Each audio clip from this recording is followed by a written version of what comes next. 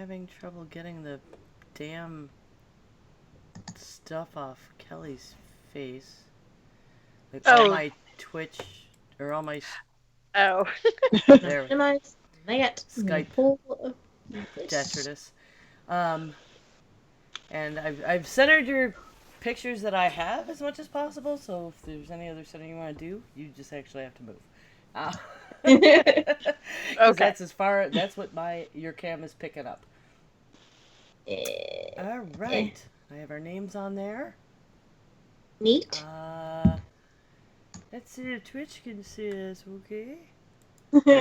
Looking at. Thanks. What? There we go.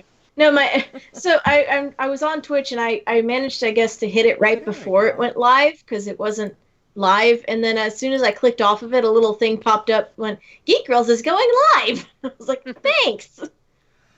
Yeah, it was really, it let me change the title, and then I just kept getting errors trying to do the announcement message. So people who are subscribed to us and stuff are going to have, and following it, again, like, instead of getting, come join us for Burlesque, really, which I thought would be cute, they're all going to get the, as if Dills is here. Oh. Oops. Yeah, and it doesn't update to Facebook either. Twitch is so slow. Yeah. Well, I did the thing. I did the social media updates on Twitch and Facebook, so those at least are correct. 158, yes. At least I did one thing right. Yes. So, Leona, for the what have you been up to and what are you anticipating? You can just do whatever. You don't. I got a week of actual things that were scheduled. That was a sudden change, so I can do that real quick. Yeah. And then, let's see, because I still have the notes around here somewhere. Yeah, and then the actual discussion topic is just a little bit more freeform. So. Yeah. Yeah, and I got to go ahead. Conversational. You can swear all you want, stuff like that. Yeah. We don't mind about the swearing. Well, gosh, kids. Gosh. Test one. My volume is so much lower than you guys, but I can't turn my gain up because the Yeti will pick up it'll sound like I'm in a cavern. Ooh.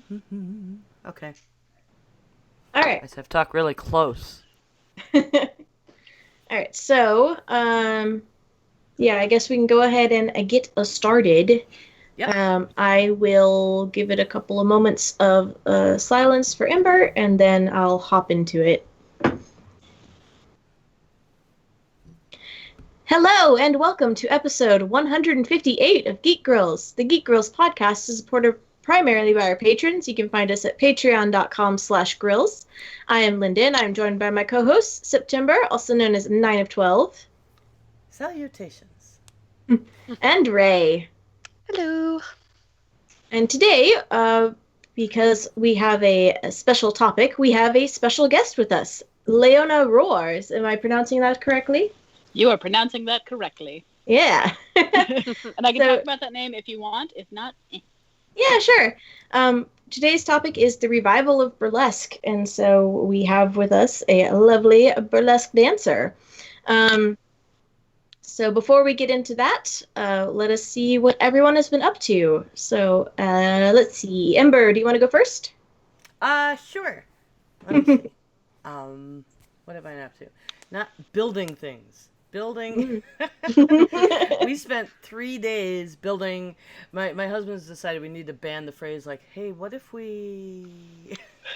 Because we keep building things. And this ended up taking 3 days. But there's this place we sit out in the patio and smoke, usually. And where we grill and everything. And it's like, what if we built a plant shelf?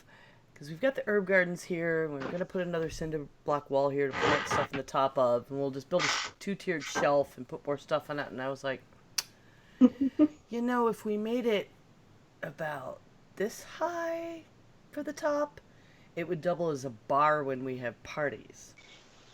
Nice. So, we did that. Yeah. So this I've seen the pictures. It's pretty. It is. It's like just above waist height for the top. I put a really shiny coat of poly on the top for a bar top. We got plants all over the bottom. We stained it like a navy and hunter green, and it's like 8 feet long, and a little over 3 feet high. So it weighs a lot, and it's super. We made it out of mostly 2x4s, so it's sturdy as hell. Yeah. It was a lot of work. But that was a really good way to spend a weekend. We're like, it's another way we nerd out quality time with woodworking. And so, yeah, it just took up all my time. So Mother's Day was finishing that up. But also, yeah, I'll mention Mother's Day because my husband didn't screw it up. I mean, it's only taken 20 years. But it's like a joke how badly normally it goes. One damn disaster or another. Like, he tries to get the kids to make breakfast and everything gets burned, or there's fighting, and I just eventually get sick of waiting for breakfast in bed and just go downstairs and have to fucking deal with it. Or just he took me out one time. He's like, I can't screw this up. I made reservations, and like my food arrived cold, and they said they were gonna give us a gift certificate, and then just never came back to the table, and like it's just always some kind of disaster. So we just worked in the shop all day and didn't have any disasters. He did bring me bacon and coffee in the morning. He didn't bother with the kids. He's like, we'll just let them play their damn games, so they can't screw me up. And he made dinner, and it was the best thing he has ever made. Aw. He's been learning bit by bit, getting better and better, picking up techniques, and everything was... I have not had a meal that good that I had to make myself, and I don't remember when. So That's awesome. super Yay. nice. And then we just chilled out and watched Discovery. We're on Discovery now. Nice. So... super nice. And I drank mimosas like through the day and then finish off the Prosecco with dinner.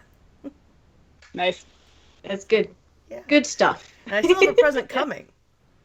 He ordered something on Pinterest shipping from Canada, so we don't know when it will be here.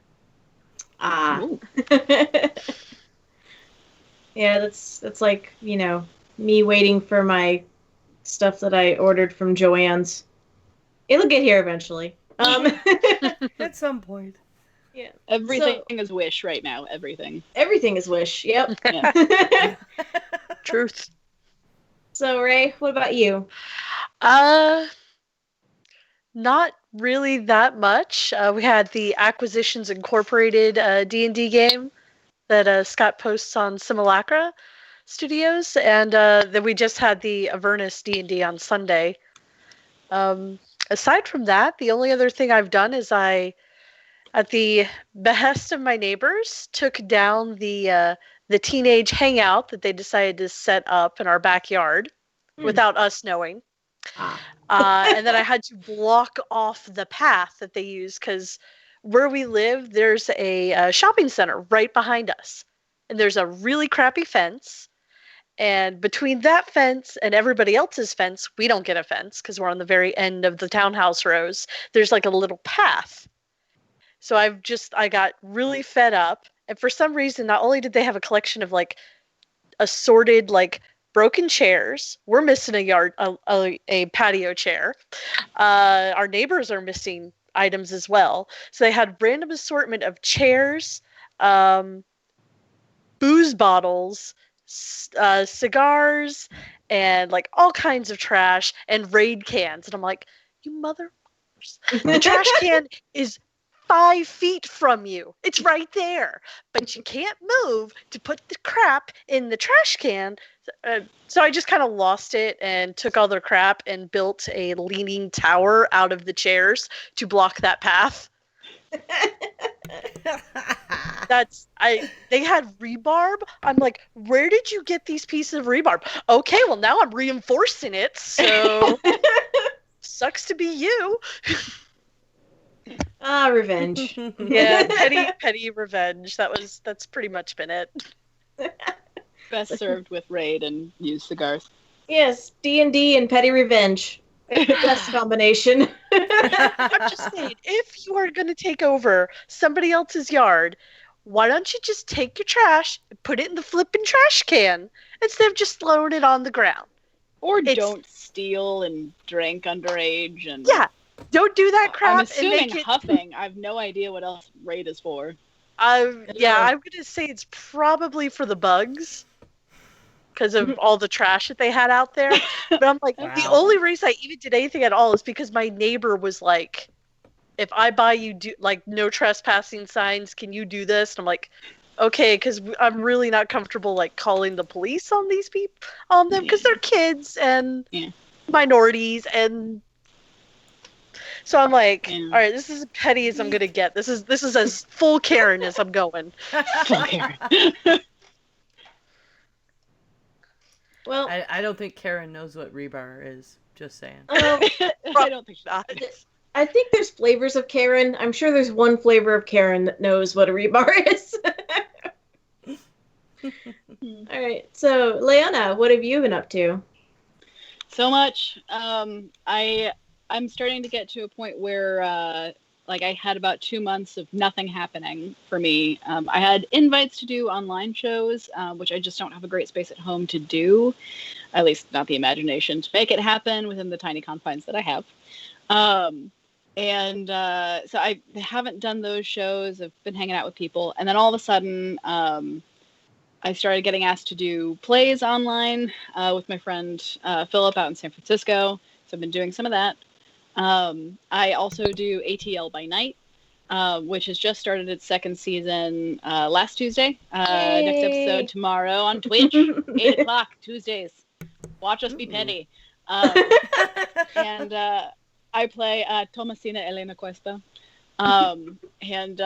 We got new shenanigans, new horrible things we're doing to each other. Can't wait. And then what else? I've got an invite to Right Club Atlanta's online event on Wednesday. Talking to someone else on Thursday. I think I have Friday off. And then Saturday, I've got an online graduation ceremony where I'm going to be the fake dean of someone's college. So we're going to be doing that. It's a lot that happened all of a sudden. Yeah. Neat. Yeah. Yeah. Well, I've been up to more crochet. Everyone is shocked, I'm sure. I've been doing jellyfishes. This one is it's still in pieces because I didn't have the spoons for streaming on Sunday. I just didn't. I was not feeling it, so I'll put that guy together later. I am more than halfway done with my Totoro blanket now. He's happy to see you.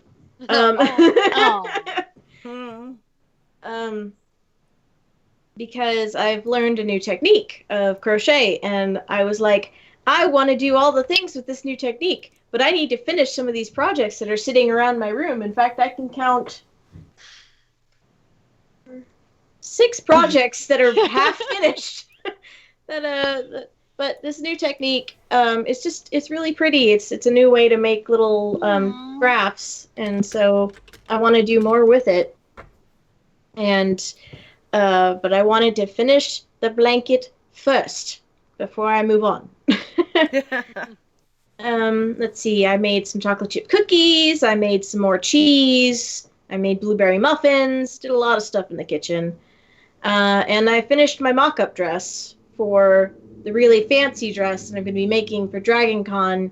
Maybe not this year if it gets postponed or canceled, but next year.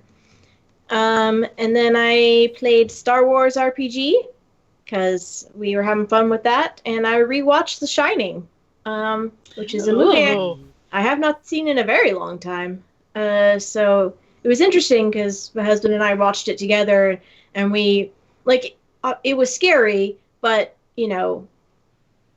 it's 70s scary, so being that we're used to like the new the jumpiest jump scares were when they posted up the title screens, because that always came with a like dun of music, and we were like, oh Jesus, it's Tuesday. Oh God. But that was really cool, and we got to, banter back and forth and have little fan theories as we were going. So that's what we were doing. That's what I've been doing. That's a good to do. Yeah.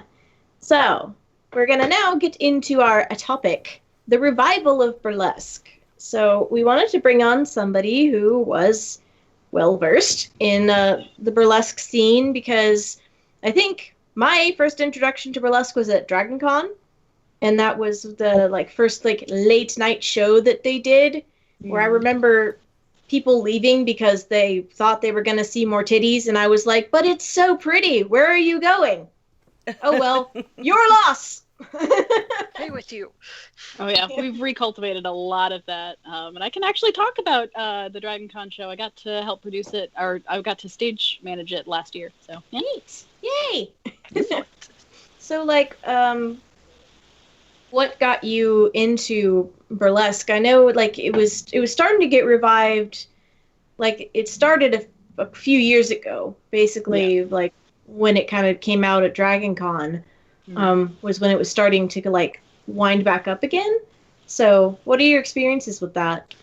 So a lot of the producers that I've worked with have been doing this now for well over 10 years, some of them 15 years or more.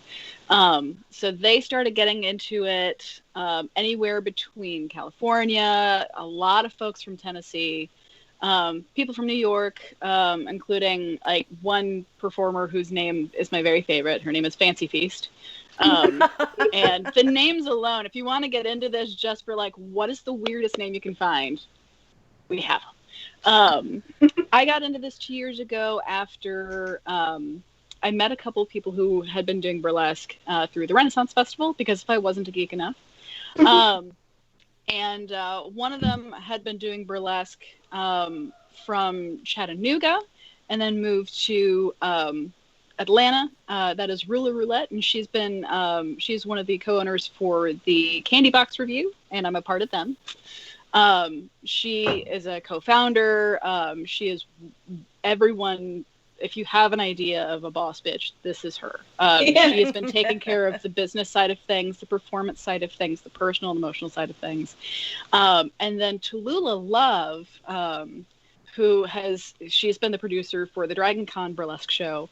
I think she's been doing it for 15 years. I think I've seen her perform here in North Carolina. Almost certainly. Yeah, almost certainly. She's a big festival girl. She's an amazing dancer. She's this incredible storyteller with dance. I absolutely recommend, if anyone is interested in getting into it, the classes that we have at Metropolitan Studios in Atlanta have teachers that can work with you between dance, props, storytelling, costuming, makeup, wigs, all sorts of things. And I got into it primarily because the two people that I met were so interesting. That includes Rula, but also my friend Buster Von Strapp, who is a male burlesque dancer. We don't have a lot of those. Weird thing is, though, his talented, very fine butt was working from the Quad Cities area with an all-male burlesque troupe. I know. So I love burlesque. Oh, good heavens, yes. We've been starting to see more of that lately, which has been a really wonderful thing. That's been pretty empowering and opening a lot of discussion for a lot of guys, which has been great. But he'd been doing it for about 5 years, and hadn't gotten to do it a lot here in Atlanta. He's also part of the Candy Box Review. We both auditioned to get into the Candy Box after we produced a show called Whole Lotta Ankle. And Whole Lot of Ankle was a benefit show for Rescue. Rescue is a foundation that assists in the medical bills for Renaissance Festival performers and vendors. So I had friends who did burlesque. I had the Renaissance Festival that I loved, and I had this cause that was such a big deal for me. Not just for me, for so many people there. And so it was a natural fit of just like, who is a Rennie that wants to get naked for money to help people? And that was that just blew up really, really quick. Yeah, the Ren so seems like the right crowd to answer yes to that. Oh god, yeah. Well, and we're hoping to change things too. We've done 2 shows so far, and we are not able to do it at the Shakespeare Tavern for the next show. So we've been starting to look for another place to produce it. And since we had time to kind of think about like, okay, what do we want to do with this next show? One of the things that we want to be able to do is to pay the performers. You can do a benefit show and pay your performers, especially if your performers are other Rennies that are pretty accustomed to not getting paid for doing a lot of performance stuff. So we are hoping to do that this year, depending on whether we're able to have a show in the next calendar year. Yeah. So we did the show, and then Buster, Vixie Todd, and another dancer, Eric Shawns. Just let that name marinate for a second. And so we all auditioned and we all got in. And all of us had like, all 4 of us had a theater background, but only Buster was the one who'd been doing burlesque. At the time, I was married to someone who was not super enthusiastic about me doing this. But ultimately, you know, he said like, yeah, okay, as long as you're not stripping, like, you can still be sexy on stage. But I don't think he understood how sexy. So like the first couple of times he saw me dance, it was not a happy thing for him. We're no longer together. We have a lot of people in burlesque with partners that still struggle with this, but they can still be supportive. Like they can still, you know, it may not make them comfortable to be in the room, but they can still be wonderful and supportive partners.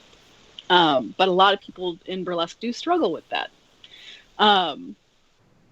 Since then, I got increasingly more strippy, more sexy, and also like buried myself in the comedy of it, which is a big, big deal in burlesque. It is a lot of parody. It is a lot of clowning. And when you get more comfortable with your body, you just get more comfortable, you know, putting it on ridiculous display as much as it is like, you know, super sex appeal. So, I yeah, love it's been the 2 years. artistry of burlesque. I mean, just it's one of my favorite things about it. Some of the fantastic performances. I was telling the girls during our meeting last week about, I don't know if you know Silver Kitsune? Oh, yes. Yeah. Oh, my God, yes. Her reverse strip that she does, it's the first time I had ever seen anyone do that. I don't know if she does it anymore, but holy cow, it's done like a getting up out of bed and stretching, and she's got a mirror suspended on the stage, and she's getting dressed, and it is hot. Yep. Silver, I've only been able to see Silver dance once, and that was at the Dragon Con Burlesque show. And it was, oh God, I'm going to screw this up because it's not Halo. It was a different themed act. Oh God. I can ask her later. I'm so sorry. But yeah, like, Silver is one of the most incredible dancers in burlesque. And you do have a lot of people who aren't natural born like dancers, but who have the presence and who carry things off. But when you have a good dancer, that makes all the difference in the world between having someone who, you know, has to rely on a few other pieces of themselves, and then someone who can just to hear you say that. She's very self-conscious that like she's not graceful, and I'm like, girl. What? What? I'm never gonna forget the audience reaction. Girl, we had the Sheraton caught fire last year, and we had to bolt and move to another hotel. And as amped as we were, and as fucked up as everything was, That show was incredible. And oh my God, Silver's number it was also the biggest pickup, which is to say that all of the kittens who were involved that were coming to pick up all of the pieces, that are shed in the process, that was a complicated pickup. And I remember thinking like, oh, there's a lot of armor pieces, a lot of weapons, just like all this kind of stuff. And then I remember like having that gaping moment right after like she left the stage. And I was just like, right, we have to pick stuff up now. I didn't even think about that. It was a gorgeous number. That whole show, just phenomenal. Yeah, no, she's fantastic. Yeah, and I've seen a couple of other reverse strips since then too. And if you do it well, reverse strip, you have to be careful about why you're doing it. I'll say that. With reverse strips, if you have kind of a half-hearted idea of why you're doing it, it's just getting dressed. And sometimes that's the story.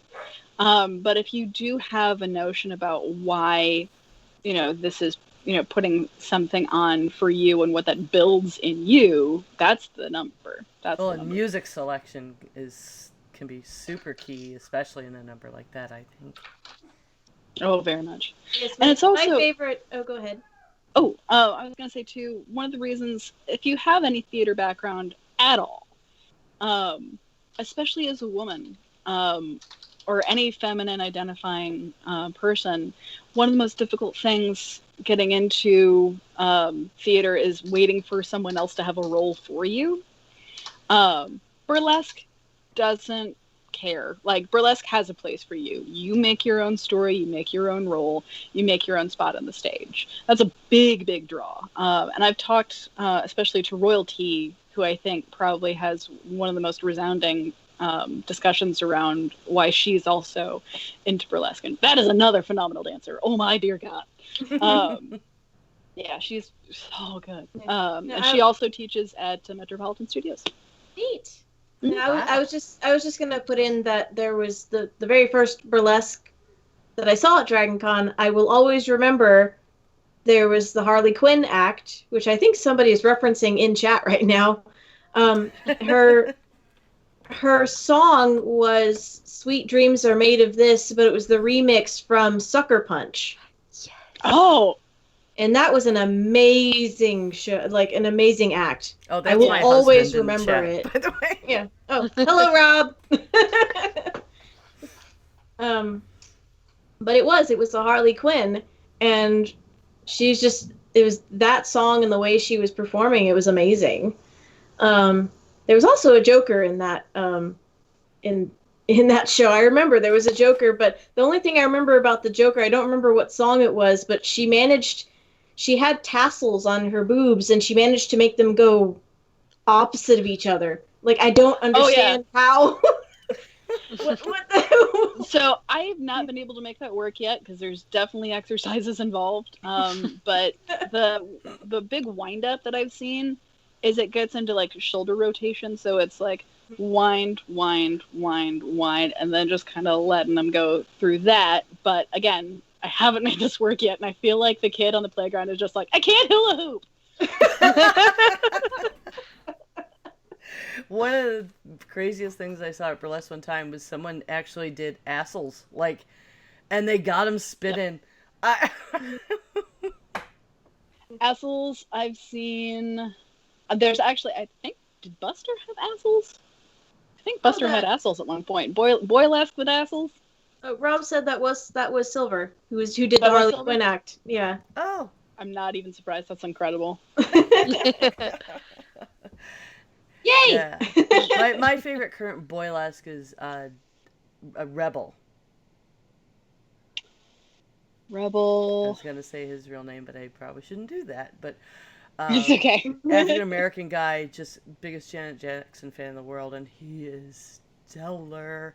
The first time I saw him, and he performs regularly with Big Mama's House of Burlesque here in North Carolina. I caught myself, just his dance level is just top notch, and I took way too long to breathe. Oh. I had been holding my breath and did not realize until I was like, oh shit, I wasn't breathing. Like, Yeah. I feel like I saw them perform for Smoky Mountain Could last be. year. Oh, they did a travel. Because that They would went have to been, Myrtle. I don't know. I think it was the Friday night show. I guess that was the only thing I was there for. And I ended up. By the way, if you ever get to go to a burlesque festival and they are open, some of them just completely to the public, and I recommend. So the Smoky Mountain Burlesque Festival, Dolly Parton showed up last year. Wow. Holy Yep. crud. Yep. Nice. So like, yeah, the jealousy. But that's a great community too. That's but yeah, no, I something- remember now. Yeah. When I take people to burlesque, I've introduced many new people. It's like it is not what you think it is. It is so empowering. Like the view of women and all shapes and sizes, and I wanted to ask you too about, do you do, like, all the burlesque performers I know do all their own costuming and their own choreography and their own just everything? Well, it depends because I've done a lot of group numbers, and that's one of the most incredible things to be asked. Like, oh, we think you'd be a big asset to to this dance, or if you're in a class and getting to Unintended. really understand choreo through your teachers. That's a big deal. Ruler Roulette, as a dancer and as a teacher, is one of those people who's so great about like addressing parts of your body that you may not be comfortable with and just learning how to love the body that will work for you. So by virtue of also her dance background, which is fucking so much, a lot of her choreography can be difficult for a couple of reasons. It can be difficult because it's technically difficult, but it can also be difficult because you may need to address things with yourself that it really does take someone else stepping in and saying, you're able to do this, but it is time to think about why it's difficult for you. Then you also have another teacher at the studio, Ursula Undress, who is pure sex appeal. That is everything about Ursula is just sex. And spirituality as well. She can be this remarkably, remarkably evocative person. But for her, just kind of living in your sensuality wherever you find that is a big deal. So we've got this studio of teachers that have choreo available to you, but they super duper encourage you to find your own steps and all of that. And one of the ways that we really love doing that is through improv burlesque. So we have burlesque karaoke. And it's one of my favorite things in the world. You have no idea what people are going to come in singing. I have stripped to Let It Go. I've stripped to You're a Mean One, Mr. Grinch. And then I don't remember anything else that was just like, I can't believe I stripped to that.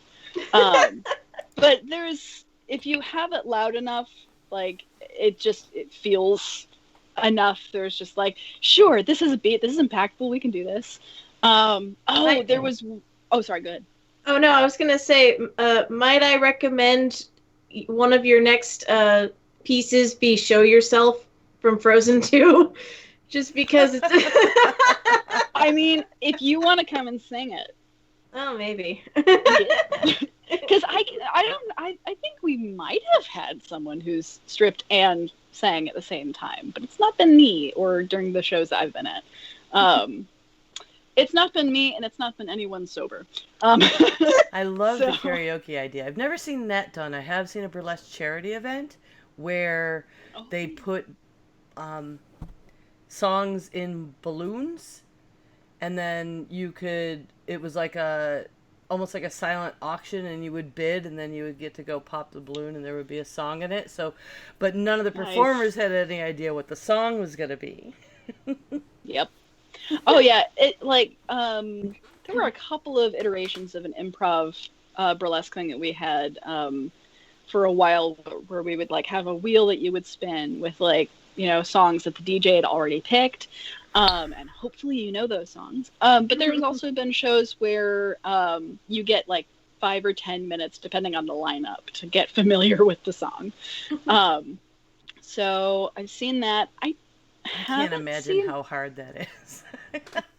Yeah, the first time when you get up and you think, okay, there are beats here that I really wish I knew about. I don't know how long I have to really, take all of this off, or if I'm just going to be completely naked for half.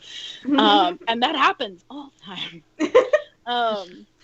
But after a while, when you lean into how ridiculous the situation is, and you have an audience that's already here for how screwed up this is, then anything is possible.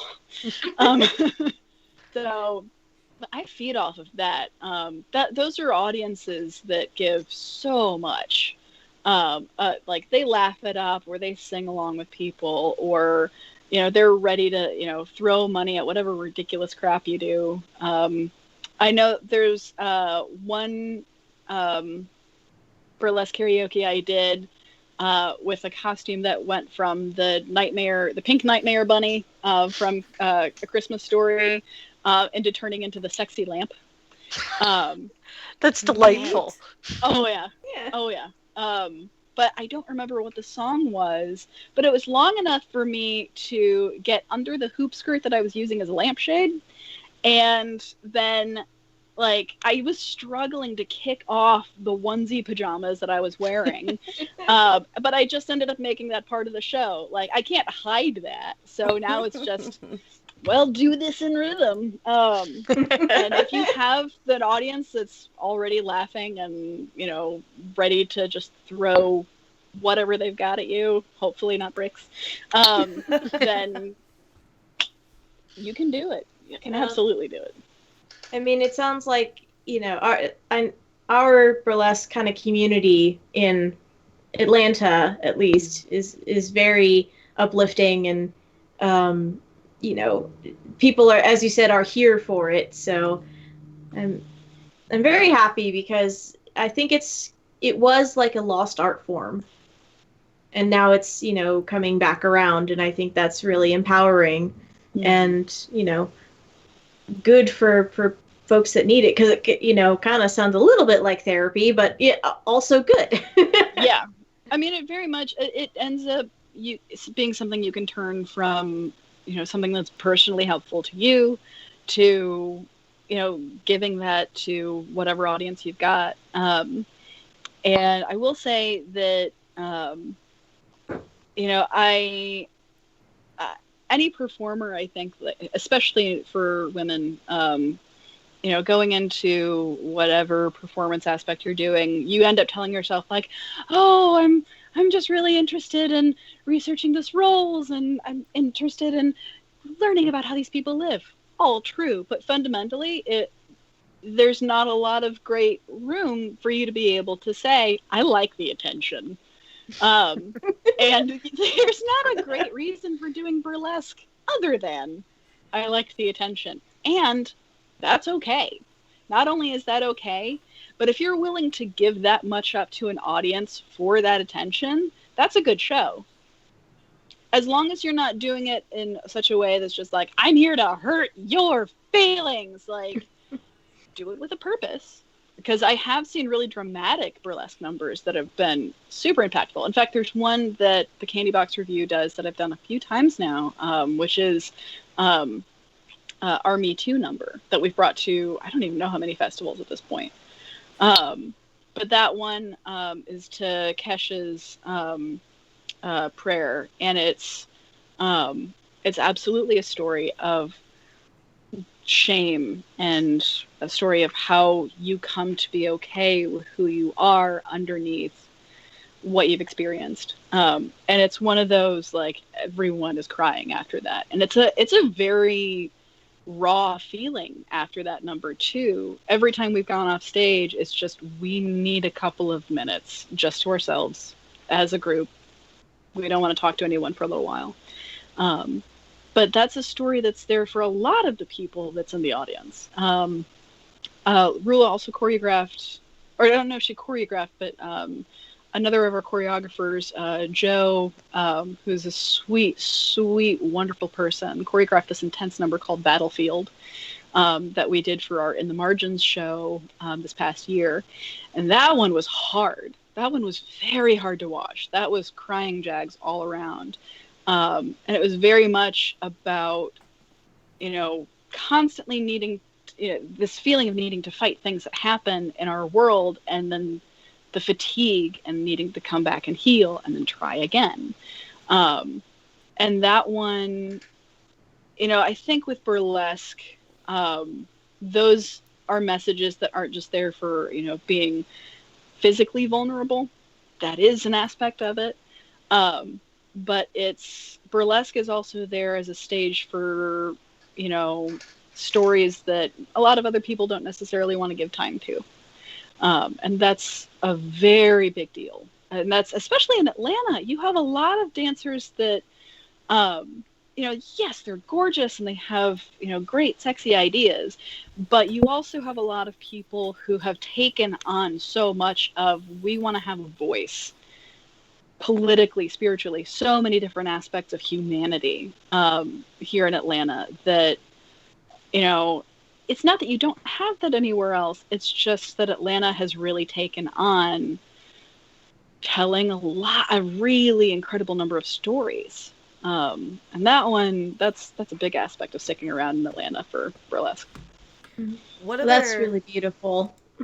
It is. What other kind of acts do you guys include in your burlesque? Like I've seen, I tell people sometimes it's almost like it's vaudeville, right? You get I've seen hula hoopers and stunt people and fire breathers and magicians. That's actually how I met Hannibal, the magician. I met him at a burlesque show because I got picked on stage, and then I ran into him at Ren. I'm like, hey, I know you. But do you have other comedians or any other performances within your shows? We do, and one of the things that we're hoping to include more, that we're finding some logistical difficulties, but also some message difficulties with, is including more drag acts in our shows. Now, we've had a couple of people that have, come and joined us for a few shows, but it's been difficult to maintain relationships with individual performers that, drag is what they do. They don't do a lot of other things. But if you have performers that do drag and, that's just one thing that they do amidst everything else that they want to perform, we've probably maintained better relationships with them. And I'm not entirely sure why, except to say this, that drag by its art form requires so much prep. And you have so many different performers that they can't do the same thing most women can do, which is to, show up in hair and makeup because the dressing room's too small and you don't have time. A lot of drag performers, they can't, just put on their face and their wig and then safely walk through the city of Atlanta. I really wish it were otherwise, but that's just not the case. So you have a lot of performers that they need a lot of prep work in the stage space, in the dressing room. And it can be difficult to share all of that space with, a troupe of, 20 people all needing to get ready for multiple numbers. And it does suck that, we're still trying to find ways of making that work and giving space to those performers in such a way that they can perform, comfortably and well, while, they don't get the same backstage camaraderie just because they're prepping. Through and through. There's none of that, do a good show, blah, blah, blah, blah, blah, because from the minute they get there, they're, applying everything they've got. And then it goes right into their show, their number, and then they, they got to get back out of it. So burlesque dancers, for women especially, we do okay. We can show up in 5-inch heels if you can walk, to your car from that. But that's not the same story for everyone. We do have comedy acts. Kia Comedy has worked with us for a little while now. She's hilarious. I know that we've wanted to reach out to a couple of other comedians and even help to develop comedic voices, especially for women in Atlanta, because the comedy scene in Atlanta, well, I've seen friends of mine that have, pushed their way through. They're funny as hell, but a lot of the time, they're paired up next to a lot of guys who think they're funny. And it, from, a vaudeville, history, comedy and burlesque were, coming from the same sideshows, early on. And, by the time stand-up started being something where it could have its own album and its own press tour, and you were marketing one person and they were, on their way, like that separated them from the group. But we've wanted to, include more of that lately. It's just, we're at a bad time to make that happen. But let's see, what else have we done? I've seen a couple of magicians. One thing that's really an impressive part of burlesque ends up being the technical aspects of the costuming. And one of the most impressive things I've ever seen was a dancer who's very dear to my heart, and that's Lola Le Soleil. And Lola is the Lady of Legitude in Atlanta. Lola had an act that was this broken robot act. And it's a robot rather that it kind of starts to realize they have a heart. And I remember that she had a pocket with like a watch chain in it, and she pulled out the watch chain, and there was a heart at the end. And then all of a sudden there was smoke that started coming out of the pocket. And I remember in the audience just like, is that supposed to? Oh, no, okay, that's supposed to happen. But there are so many elements of storytelling in the costuming. So for one of my acts, which is Jealous of the Moon, which I originally developed for a Neil Gaiman show to be Zoria Polichnaya, that's an act that includes veil fans that I specifically put in to mimic, clouds moving around the moon. I have a resin moon that lights up that I toy with. I have a lace robe, and I don't completely take that off, but you can still see pasties and everything else more or less underneath that. But I have a corset over that. That's really the only thing that I strip for that number. And it's all to say that, you can kind of see the face of the moon, but there's always something a little bit covering it.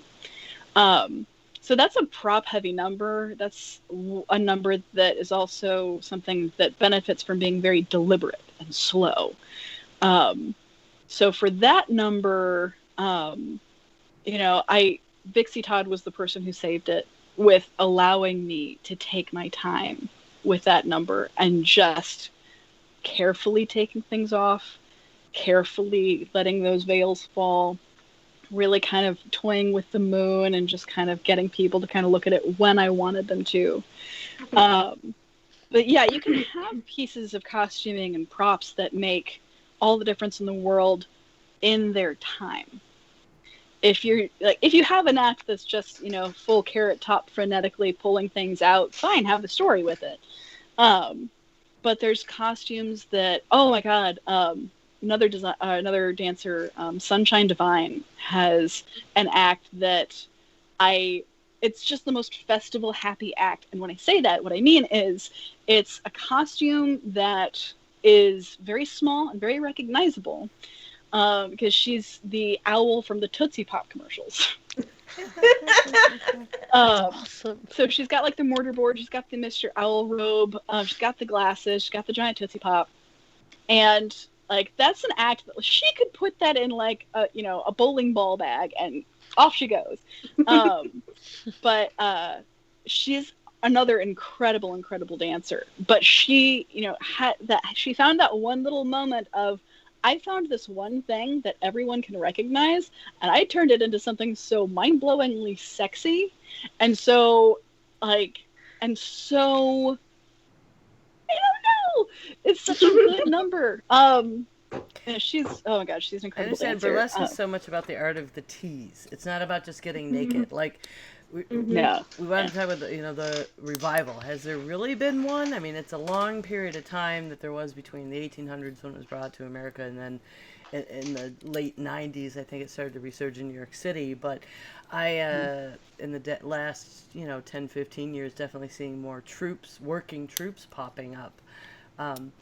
But there's been litigation that's had to happen because people were doing it kind of underground and running into liquor law problems in the venues and having to differentiate it legally from stripping and strip clubs is something that's had to happen that I find really interesting about the history of this art form. Because it's about the tease. It's not just getting naked and people throwing money. And that's a question I had because for years I was kind of told like the throwing money is kind of a no-no in burlesque. But now I've seen a change of heart with burlesque troops being like, go ahead and throw your money and hey, we take Venmo and whatever. And it was recent for me. Because I just really thought it was like, I had told people I took with me, like, no, don't throw money. It's like, this isn't a strip club. It's not the same thing. But then I took a bunch of people to his show and they said, throw money. I was like, oh, well, I'm a stupid head, but why didn't any of my burly friends tell me this? When did this happen? Well, and no, especially through the history of burlesque, you do have a lot of rooms where it was considered, this classless and awful thing of just like, no, we're just paying our dancers, and if we have tips, then they're in buckets at the back of the room or something like that. Like we're not putting our money out front. Like that's just tacky. You don't care. Like no, I think at this point, I've seen a lot of different ways of tipping too, because sometimes you do have people who are just like, I don't want to dig out, wadded up bills from crevices on the stage or people. So have plenty to do already. They do. So I've seen one of my favorite ways of tipping is, somewhere outside of the actual the actual stage area, you'll have a table where you can purchase panties, unused usually, and what you can do is like $5 will get you one pair of panties, 20 will get you 5 pairs of panties, and you just you slingshot those onto the stage. And I've seen people really clean up that way too. That's a really fun thing. Isn't that awesome? Cool. I've also seen people who they've done something similar with other more thematic things. There was one show I did that had fake gold coins. I don't remember which show that was, but I remember getting one right behind the ear. It kind of stuck there for 2 seconds. And I was just like, I feel really gross right now. I'm so sorry. So I've seen that. But yeah, no, there are some places where they will specifically say whether or not they're going to be accepting that. And it's really cool when you bring up just how the resurgence of burlesque is coming around and people who are running into blue law issues. Burlesque is also one of those things where I've heard more about people changing blue laws in their state. So Lillian Bustle was a dancer that came and did Fatlanta with us back in, God, was that 2018? Well, maybe, I don't know what year it was. Was that last year? What is time? But Lillian is a New Jersey dancer, and she's managed to change blue laws in her state. She put her nose to the grindstone on that one, and she got things changed. Atlanta, in particular, as a city, has fairly lax blue laws as far as what you can and can't see. Tennessee, less so. So when you have a festival-ready outfit, what that tends to mean is, you have something that's usually it's got an underwire, because there are some places that are just underboob is the worst, but nipples are fine as long as they have pasties on them. Yeah, and some of the laws are weirdly specific. There's still places where they're uncomfortable seeing belly buttons, and if you have a particular kind of underwear, Tennessee underwear tends to be something that kind of covers the navel, but you need to it needs to be kind of a high rise kind of waist situation. And And it's rare that you ever have people who go in and say, like, these degenerates had the wrong underwear on, like, sometimes.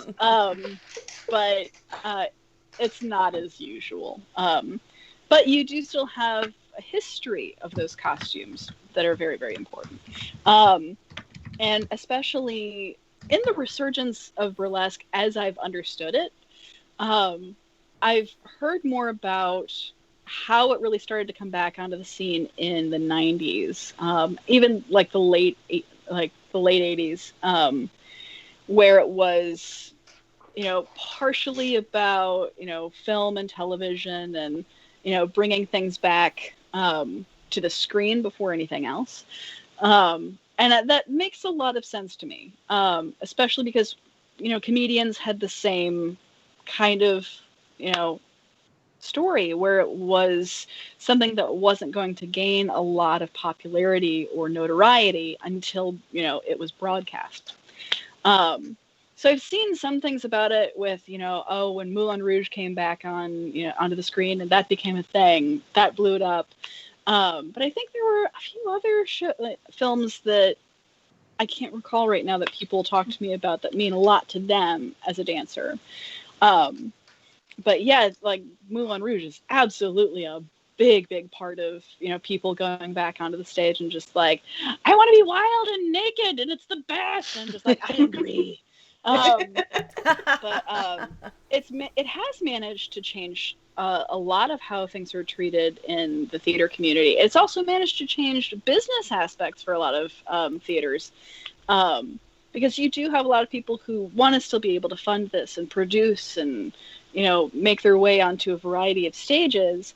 And most people, of course, especially in this community, can't afford to just, drop, a few hundos on, a one-night thing of just producing whatever they want. You want to have an organization that is aware of the blue laws, is aware of the cost, aware of what they could potentially lose or make, aware of food and drink, aware of liquor laws, aware of where they are and what their community wants, and that you can only benefit from having a halfway decent troupe to kind of put something together.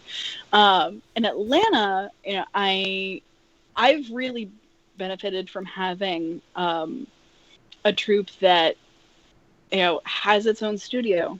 I mean, that's a big deal. Having a place where you can go ahead and rehearse is just not something you have in a lot of other places. They're renting out studios from other people, and that's fine. But that means that, they're not necessarily able to host their own events. Like, we've hosted burlesque karaoke more than a few times. We've done benefits there. We've done birthday parties. We've done weddings. It's that big of a deal. And we're in a great place. We're in East Atlanta. That's a really incredible community right there. So I've benefited a lot from that. Now, North Carolina, September, I from what I understand, I've met a couple of people who do stuff there, but I don't really know outside of Asheville. I don't know what that scene is like, because Asheville has like the orange peel, which is gorgeous. It's a venue that, however, I will say this: holy moly, that place has no air conditioning. And if you're gonna do that, make sure that you powder couple of things before you apply the top stick, because things just fly off. All you need is just like, and no one's gonna blame you if that happens. Papa Pasty is a regular, like, that's our break a leg. If it happens to come off, I don't know. It's not ideal, but if it's clearly an accident, then that's not something that anyone's gonna be like, your boobs are illegal and I'll prove it in court. Like, we're not doing it. Imagine being so horny that you hire a lawyer. Love it. But yeah, no, the Atlanta scene has been lovely. It's still a weird thing because, yeah, we do still have a lot of people who are just like, so how is that different from stripping? I don't really care that it is. But there are people who do want to make that distinction, and I'm happy to let them do that. For me, this is, it's still very much entirely under my creative control, as much as it could possibly be. But it's also getting to be a part of, other people's stories when I get to share the stage with them. And I mean, it matters when sometimes you're asking. Like, I took a friend and she brought her daughter who just turned 18, for instance. Oh yeah. I mean, you can do I love 18 and up with a burlesque show. You absolutely can. We have a dancer here who's glorious. She's incredible. Her name is Juicy Galore. And she did a spoken word piece that was one of the hottest things I've ever seen in my life. But it was this autobiographical piece about how she came to love her body. And I think she had family there. And oh my God, when you have people who show up with their kids or their parents, like that's automatically one of those things, if you're kind of in the community, it's just like, yes, but if you are new to it, then that is one of those things just like, oh my God, is this okay? Yeah. Not only is it perfectly legal, but I am all for telling, your family that this is what you do and you love it. So yeah, no, you can have like an 18 and over thing. Like that's not a problem. But sometimes, especially if you're serving liquor, you got to tell people just like, I'm sorry, we do not want to be responsible for some like clearly a prom after party coming through the door, which has happened. No good. Well, That's nice. Yeah, we have a very small amount of venues here that can host burlesque and shrinking. But it seems I usually go to the Visual Light, which is an old theater. I did some lighting and stuff and kitten work at one show, and no, I wasn't. What was I doing backstage? I don't know. I was loading it. They had the smallest backstage area I've ever seen. Like, I can't believe it was ever any kind of theater, because they have a full stage, but it's very nightclubby. But the backstage is literally like, there's a booth in a corner and a closet in the other corner. And that they put on this show there is, I can't even fathom. And then the other place I used to play is closed. And I've seen burlesque shows on just like bars where they use part of the dance floor. Yep. We did burlesque karaoke. I didn't actually do the dances there, but I went to at least two of them. We did burlesque karaoke out of a restaurant in Atlanta, Gaja. And that was it was a Korean restaurant and bar. And I kid you not, like they had people who were getting ready in the kitchen. And like that, at first I was just like, so is that like a health code violation? We were just like, we don't know. Like they're letting us do it. Like, I have no idea. The dances were fantastic. It was an odd space, but the girls made it work. Actually, I saw my first onesie, like pajama onesie number done by Annette Coquette. I think that was also a Christmas thing, and she danced to Melikaliki Maka that I sang in a massive Grinch onesie with light up Grinch slippers. So yeah, she was incredible. But yeah, no, there's weird places like it. There's a little prestige that goes along with we found this place and could we do burlesque in it? Let's try. But you do usually want to have a much more comfortable space. We got lucky last summer. We got a 4-night run for a History of Burlesque show at Art Station in Stone Mountain, which is a gorgeous place, amazing backstage area. I think it was like maybe 75 to 100 seats or something like that. And the guys who run Art Station are absolute sweethearts. Love them so much. But that was one of the first places where, like, first of all, we're doing the same show more than one night. Unheard of. Like, there are some shows that do that, but there's no point in doing that with a lot of places that have a high rotation for whatever entertainment they've got. But the fact that we had 4 nights in such an amazing space was a big, big deal. But I will say for the Orange Peel in Asheville, huge backstage area. Like, yeah, there's no air conditioning, but oh my God, the dressing rooms are the coolest thing I've ever seen in my life. And it's a gorgeous town. It's so pretty. Oh, I love Asheville. so much. Oh, I escape I to there miss every it. time I get the chance. Yes, worth it. So worth it. So before, go Oh, ahead. good. Well, I was gonna say we need to think about wrapping up. As much as I want to hear more and more about burlesque, before we wrap up for the evening, I am curious. You said you were gonna tell us about the meaning of your name. Yes. Sure. So everyone goes through their, what the hell am I going to call myself, and Googling it and making sure someone else doesn't already have it. And Leona Ror, so Ror, there's R-O umlaut R. And Ror in Swedish means touch, kind of. So the subtle little thing there is the lion's roar is also the lion's touch, and that my touch would be much louder than my roar. So in Swedish, roar has more of a conceptual meaning of like connection. So it also means pipe. Um, so my So laying a in pipe the would be a whole nother. that's my drag name as well. So that works perfectly. So that's my name. And it's Love also it. really cool for signatures too. So yeah. I love it. Yeah. So Great. thank you for joining us and telling us about your experiences in burlesque and the revival and everything. And if our listeners want to chime in about if they've been to burlesque shows, what they think, if they do burlesque, you can email us at geekgrills@gmail.com, or you can tweet us at geekgrills.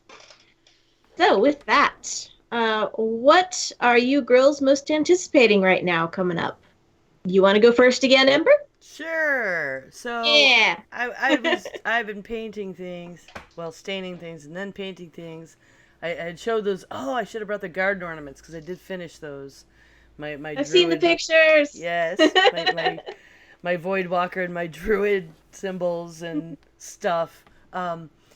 And my actually a funny story is my son came out and he said, "Why is there a Pakistani flag on the garden ornament?" Because it's with the green and then the silver moon for a loon. Like he thought it was I put a Pakistani flag in the garden. Explain, Mom. I'm like, no, it's like a loon, and then look at the other. I'm sure the Pakistani flag does not have like a tree and a lion paw and a bear paw, okay? And if it does, they got some splaining to do. But in the clearing out of the wood shop to make the bar thing we made, I found this old rusty saw blade, like for a table saw, like a 10-incher, and we were gonna discard it, and I was like, oh, but wait, I have steel wool, I have paint, so I'm gonna look for a design, and I think I'm gonna make some kind of sun symbol of some kind, maybe.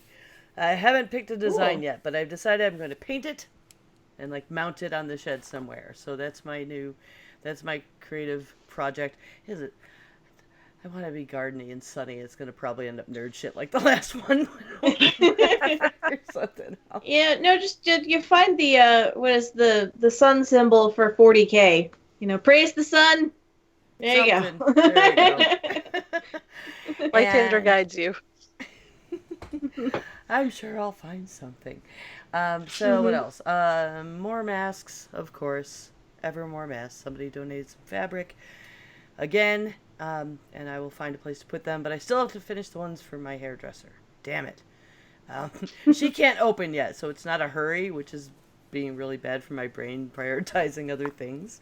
Because now that I'm actually adding wire into the nose part, it's harder, and I dread that one part. So what else? I really, really, really want to go to the thrift store and look for a better thing to put my compost in my kitchen. But holy shit. So they eased the restrictions here in North Carolina. And open retail stores, but only at 50% capacity and blah, blah, blah. And people just lost their damn minds. It was stupid. I'm not going anywhere for a while. Y'all are crazy. There was TJ Maxx there were people just lined up across its parking lot, across Staples, across all the way over to the Home Depot. Like, Ugh. it's not Online shop. that Yeah. important. Holy. Well, I'm looking forward to when it calms down. And I live in a fucking. This town is full of Karens. Everything I want will still be there. But I'm looking forward to TJ Maxx after this calms down because a lot of brands have taken opportunities to rebrand during this. As supplies ran out and they're resupplying. And that's like for the gourmet treasure section because people just changed the label. I get all kinds of gourmet ingredients and spices and flavored oils I can't normally afford. I find them at TJ Maxx because somebody just rebranded. It's where I get them. So I think there's going to be a really great hoard there when this calms down. I Of do course, miss thrift stores because everybody's got all this time to clean up their shit. I do miss going to Goodwill. That is something I will do when it is safe. Yeah. Yeah. I need more pie dishes. Like the rhubarb came out and people wanted to actually buy pies for me and I didn't have enough pie place to do that. And the Christmas time when that happened with the chocolate pecan, I just went to Goodwill because for the $3.60 for a stupid aluminum one with a lid, for $3 I can get a real pie pan. So yeah, looking forward to doing those things. Still can't because people are assholes. So I'm gonna stay home and paint and make more masks. There you go.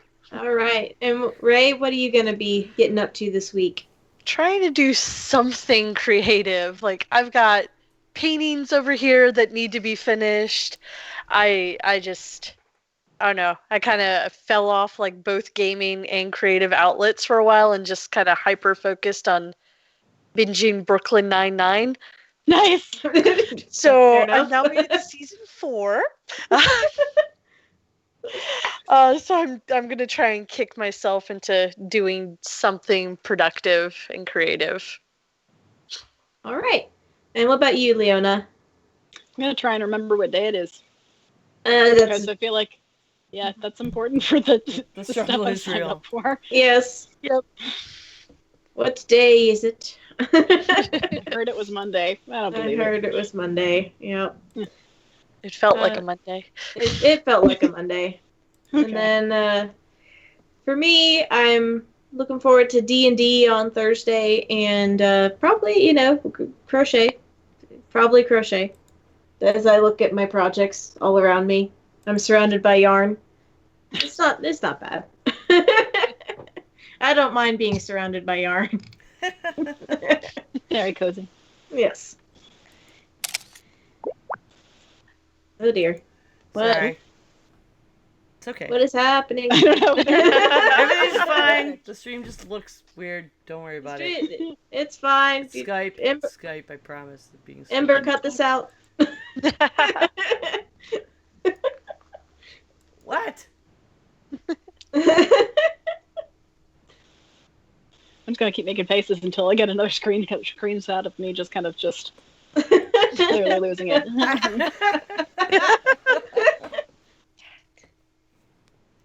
We can keep talking. The audio's We could. fine. I just Okay. It's the okay. video's We've jacked. lost picture. It's fine. Well, your turn, Ember. Okay. Yep. It is? Live show reminder. Oh yeah. I'm not that part in the notes because I'm over here trying to fix the audio. Producing and doing a show is hard at the same time. All right, remember, folks, you can always come watch us record live at twitch.tv/geekgrills on most Monday evenings. Our next one will be May 18th at 5 p.m. Pacific Time, 8 p.m. Eastern. And in addition to the subs and bits that we get on Twitch, we are also supported by our amazing patrons, the greatest girlfriends on the internet. You can become a patron at patreon.com/grills.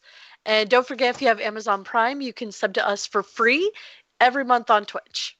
Give us their money.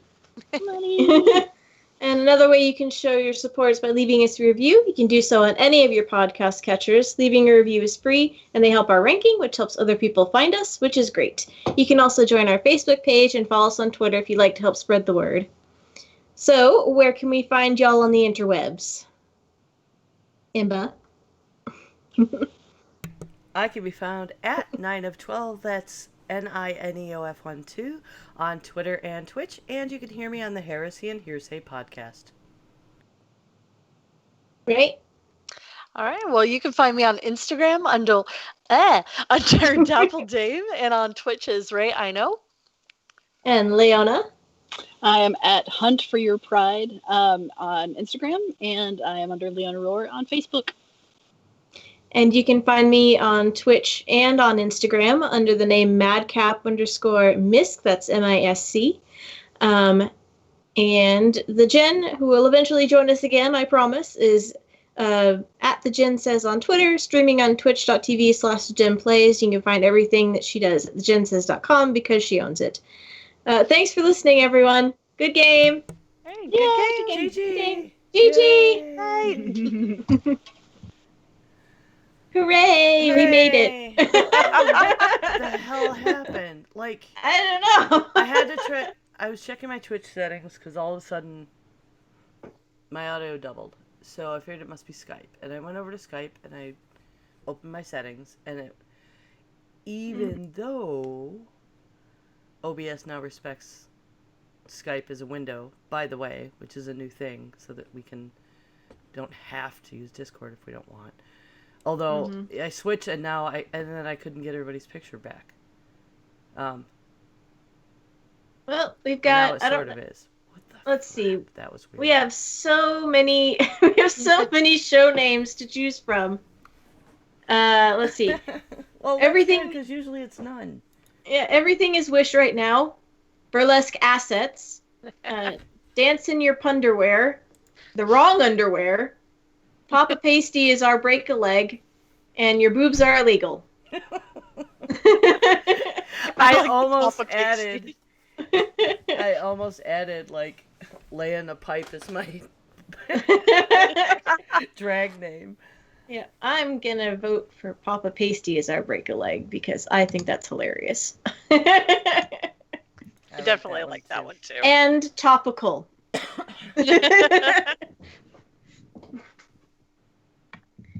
Alright, let me get this out of my way so I can see what's happening.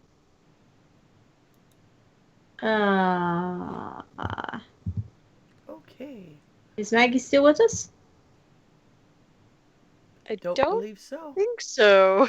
Oh, whoop, Say goodbye and she would click. She must have been in a hurry. maybe. She might have had stuff to do. Let me see You'll what's have to happening. Thank her for Woo. us. I'm going. Thank you for being on the show. And for future reference, when you are typing, hit the mute. Oh, I'm gonna stop. Sorry, I was trying to Sure, type basement. really softly. I know. All right, I'll try to remember that next time. Just hit the mute button. Oops, Ugh. It's your best friend.